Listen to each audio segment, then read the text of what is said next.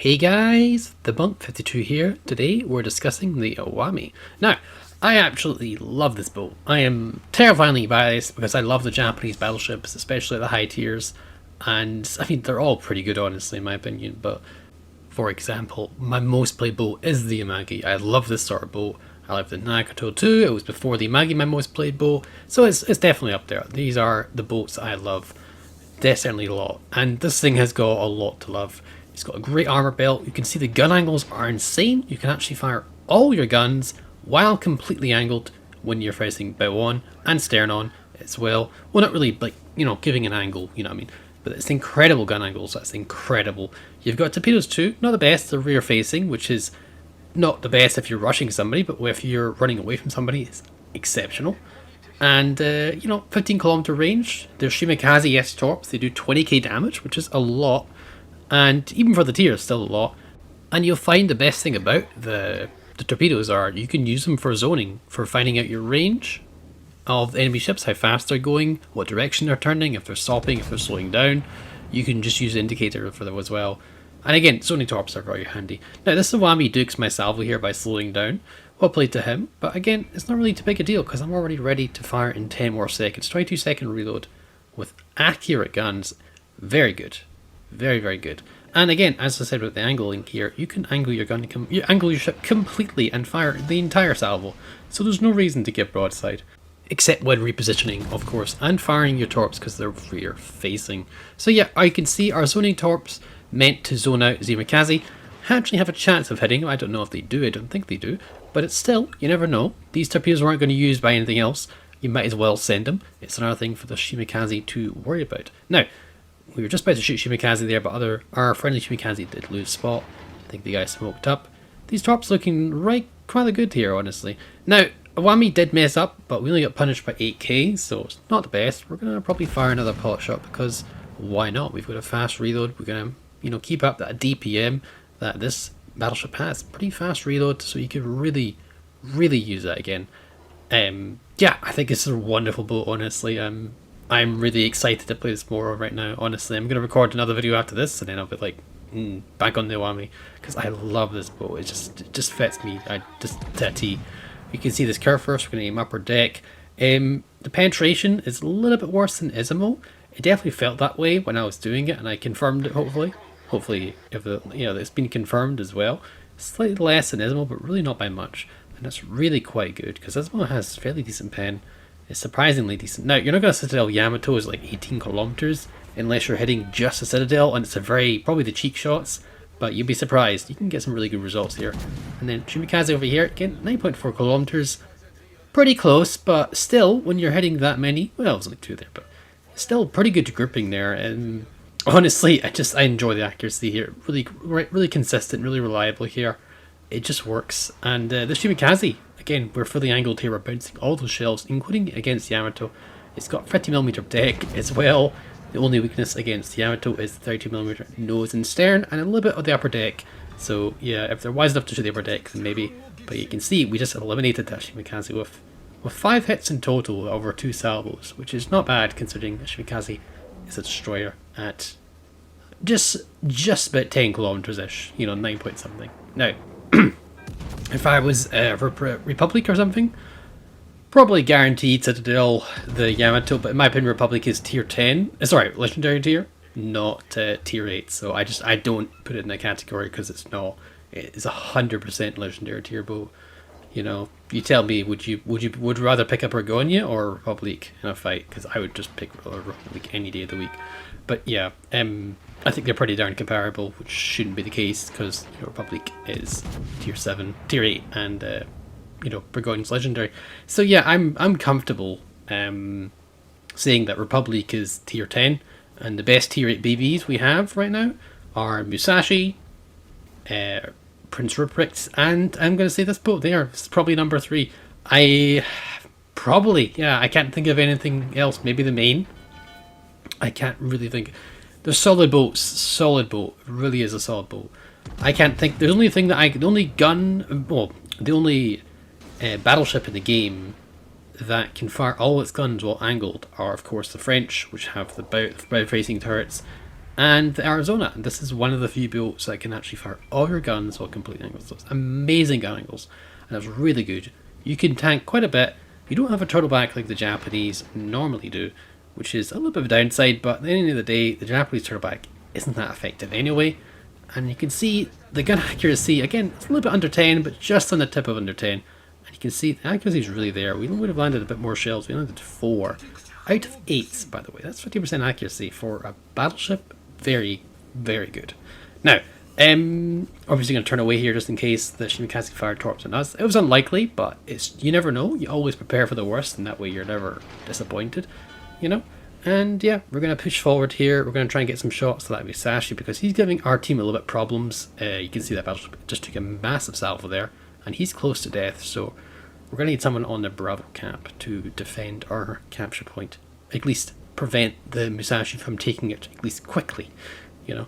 So yeah, but I'm really enjoying this boat, chat. I'm saying chat. This really should be saying viewer of some sort, not chat. I swear. I've got like that streaming language set up all the time. I'm always like, oh, hello there, chat. Like, no, not chat. We're not streaming. This is a video, you know. I need to get back to making videos consistently. One day we'll get back to it. This is the plan now. We're doing it. Anyway, onto the actual boat and the actual game here. So we're gonna give that Musashi a little bit something to think about. Maybe take a pot shot at Iwami. He's angled according to the minimap, but we're going to take a pot shot anyway because, again, there's nothing else to shoot at.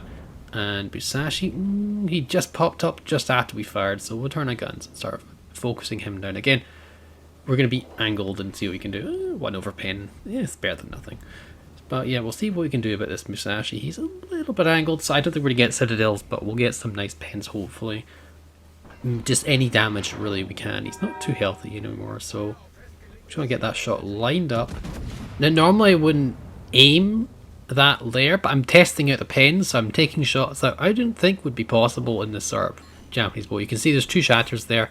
We just don't have to pen at that sort of angle. Probably aim a little bit higher up or a little bit more facing the rear of the ship. And that's how I'd ideally correct it. Now, we can actually torp the Musashi here, but we'll see what happens. Now we know we're going to aim. We're going to aim upper deck here, plunging into that deck armor and do some fairly decent junk damage, I believe. Yeah, there we go. That's a much more acceptable salvo here. And again, angling 100%, we can bounce Musashi shells. Overmatch is not the be-all and end-all. People got to remember that as well. Now, could we finish off Musashi here? Musashi does go down, so we don't have to make a decision to shoot that slightly angled Ruprecht. But then again, slightly angled isn't really meaning much because Ruprecht's not actually that tanky. So yeah, as you can see there, you know, case in point, we did some sizable pen damage there. But yeah, Ruprecht's not actually that tanky. If you focus on Ruprecht, it dies pretty darn quickly. But it is a very, very good bow if you let it stay alive. Obviously, we can overmatch the nose of the Ruprecht here, and Ruprecht doesn't have the best pen on its gun, so I'm feeling more confident taking the turn here. Also, as you can see, the Iwami accuracy really proved itself right there. 5 penetrations on a bow on Ruprecht, right for the nose as well. Surprised it wasn't a Citadel, but that's very good accuracy, as you can see. We're going to fire in our pellet shot here. This should finish him off. I don't believe it does, though. I think we get trolled a little bit. Yeah, we land. Is that only just 1 pen and 2 shatters? Yeah, the shells fell a little bit short, but that's just how the nature of the game. That's how RNG works. But yeah, anyway, we're going to disengage here. Ruprecht is so low, he doesn't need 2 battleships focusing him down. I'm much better served defending and taking that Charlie cap here. Now, I think the Kerfuros wants my help over there, but I don't think he realizes how low that Ruprecht is. I don't think pushing the Ruprecht is particularly a good idea either, because again, there's a lot of torpedoes. But I'm going to tell him no, just no, he doesn't need my help. He'd be surprised. He'd be like, he's probably not happy with it originally. Yeah, probably not happy with it. But at the same time, I think once he sees the health of the Ruprecht, he'll realize I'll ping the location for him as well. Whether he takes my advice or not, we shall see. But I think he does okay. We'll have to see. Try to tell him to turn his sonar, but there's too many commands here. You know, now that we have this new feature where it tells you run your sonar and the radar change, they should have an option to say, you know, please use my radar, please use sonar, you know, something like that, you know. And again, petition for Stone the Crow's Neptune's beard and all the other slander noises to be added to the commands. torpedoes back in the command wheel. So he's asking for support. The Rubrick's on less than 10,000 health right now. I'm even helping out while I'm getting towards the other part of the map. Again, Japanese BBs are not particularly slouches at longer ranges either, so we can do some really good work here. As you can see, chip him down here. He is very low. Silver of health. I'll fire another salvo just in case the island there takes him down, and there we go. Nicely done. He thinks he's all happy, which is good. That's congratulations. As long as he doesn't get torped, that's really all that matters here. Now, enemy Iwami is roughly same health as me, maybe a little bit more. But we're going to angle here. We're going to hopefully not take too much damage here. We're going to aim upper deck because I think we know our armor pretty comfortably at this point. If we angle correctly and we don't overturn, we can do okay. As you can see, we did a little bit better than he did. Yeah. Now we're going to showcase a pretty good and pretty bad aspect of the boat. If you get broadside this thing, it's pretty easy to kill, possibly easy to death strike here. I think I'm going to say I got a little bit lucky here, but again, we're kind of testing the boat out, so we're doing bits and bobs. So our first set of torpedoes looks like maybe one hit. We'll have to see. I think that's definitely one hit, yeah. And you can see it's not difficult. Torps are pretty good. They're pretty quick. They're not particularly slouches. 67 knots is not that slow. We've got other set of torps here. Obviously, we can't use our back guns as a result. But really, obviously, we've got to watch out for his torpedoes. So printing a bow on target is very good. Get a shot here, and you can see citadels are pretty easy to come by when this thing shows a resemblance of a broadside. And that's the one downside here. You really don't want to be holding off on your torpedoes as soon as possible. Now, I'm pretty eager to fire these torps because I know he has torps here, but this is a big mistake.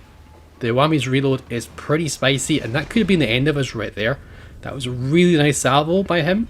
We're going to pop our damage control here. I think we're going to go down anyways. So I'm like, torpedoes almost kill him, but the back guns become available at the last split second, and we do take him out there for a nice 193,000. Pick up a high caliber and a Confederate as well. And yeah, we have lost all our health, but then again, you know, you can't take it with you. And that's really what's important. You know, we had just enough health to spare. You know, battleships are using your health. It doesn't really make a difference whether I survived on 80,000 health or I survived at 1,000. All that matters is I use my health effectively, because next battle, I'll have 80,700 health. It doesn't make a difference what I lose. But yeah, well played by that other enemy Iwami here. RNG was just not on his side to get an extra citadel or an extra pen over pen or something like that. But yeah, I think we showcased the torpedoes are usable, but not really in that sort of sense there, because I'm pretty sure I would have eaten all the torpedoes and taken some damage and probably died. So I think it was worth my decision. It ended up to be worth it, but I think there's a little bit of RNG was on our side there. So I'm gonna credit where credit's due, you know. Obviously, the last ship is a battleship, and he probably doesn't have the range on us, because when you spec for the range in your commander skills, it gives you a 19 kilometer-ish range, which is pretty nice. But you can definitely recommend brawling, and you can definitely get some really good results here. As you can see, pretty spicy game, and this is like my third or second game. I did this game on stream along with others, and I was just praising the crap out of the ship. So yeah, yeah, you can see 193,000 Confederate high caliber. Only got one citadel, but we landed a lot of hits. 3.3k base, guys. Hope you enjoyed. Be sure to like and share, and I'll see you all on the flip side, guys. Bye for now.